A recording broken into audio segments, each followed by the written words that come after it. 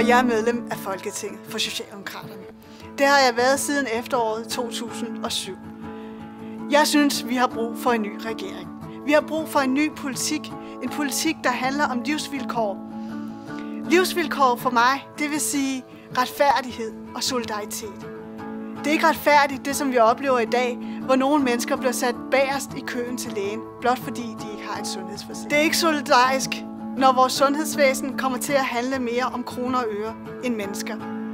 Det kan ikke være rigtigt, at det er sådan, at det bedre kan betale sig for et sygehus at gennemføre en knæoperation på en ung mand, end for eksempel at tage sig af den lungebetændelse, en ældre dame kan have. Det kan simpelthen ikke passe. Det kan handle om din eller min mormor og farmor.